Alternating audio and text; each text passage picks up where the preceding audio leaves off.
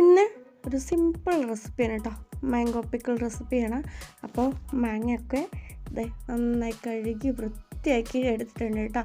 ചെറിയ പീസാക്കിയിട്ടുണ്ട്. ചെറിയ പീസാകുമ്പോൾ ഒരു പ്രത്യേക ടേസ്റ്റാണ് കേട്ടോ. അപ്പോൾ അതൊക്കെ ചെറിയ പീസാക്കിയിട്ടുണ്ട്.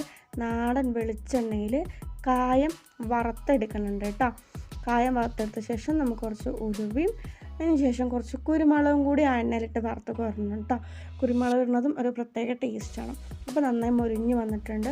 അപ്പോൾ കായും കുരുമുളകും ഉലുവയും ചേർത്ത് മിക്സിയുടെ ജാറിൽ ജസ്റ്റ് ഒന്ന് അടിച്ചെടുക്കുക കേട്ടോ. അടിച്ചെടുത്ത് കഴിഞ്ഞ ശേഷം ഇതേ ഈ ഒരു രൂപത്തിൽ കിട്ടിയിട്ടുണ്ട്. അപ്പോൾ നമുക്കത് മാറ്റി വയ്ക്കാം. ഇനി നമുക്ക് കടുക് വറുക്കാം അല്ലേ അച്ചാറിൻ്റെ.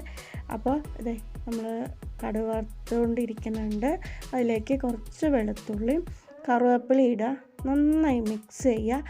വെളുത്തുള്ളിയൊക്കെ നന്നായി മുരിഞ്ഞ് വരുമ്പോൾ അതിലേക്ക് കുറച്ച് മുളക് പൊടി ഇട്ട ശേഷം നന്നായി മിക്സ് ചെയ്യുക കേട്ടോ. അപ്പോൾ ആ എണ്ണയിൽ നല്ല കളർഫുള്ളായിരിക്കും കേട്ടോ മുളക് പൊടി. അതിലേക്ക് കുറച്ച് ഉപ്പും കൂടി ഇട്ട് കൊടുത്ത് മിക്സ് ചെയ്ത ശേഷം നമ്മൾ ചെറുതായി അരിഞ്ഞ് വെച്ച മാങ്ങയും കൂടി ഇട്ട് കൊടുത്ത് മിക്സ് ചെയ്യുക കേട്ടോ. മിക്സ് ചെയ്ത് നമ്മൾ നേരത്തെ പൊടിച്ച് വെച്ചിട്ടുണ്ടായിരുന്നില്ലേ കായും ഉലുവയും നമ്മുടെ കുരുമുളകും കൂടിയിട്ട്, അപ്പോൾ അതും കൂടി ഇട്ട് കൊടുത്തിട്ട് മിക്സ് ചെയ്ത ശേഷം ഗ്യാസ് ഓഫാക്കാവുന്നതാണ് കേട്ടോ.